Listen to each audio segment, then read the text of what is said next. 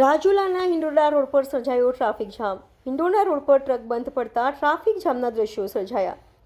Traffic જામમાં નાના મોટા વાહનો ફસાયા. 1 કિલોમીટર સુધી વાહનોની લાંબી કતાર લાગી.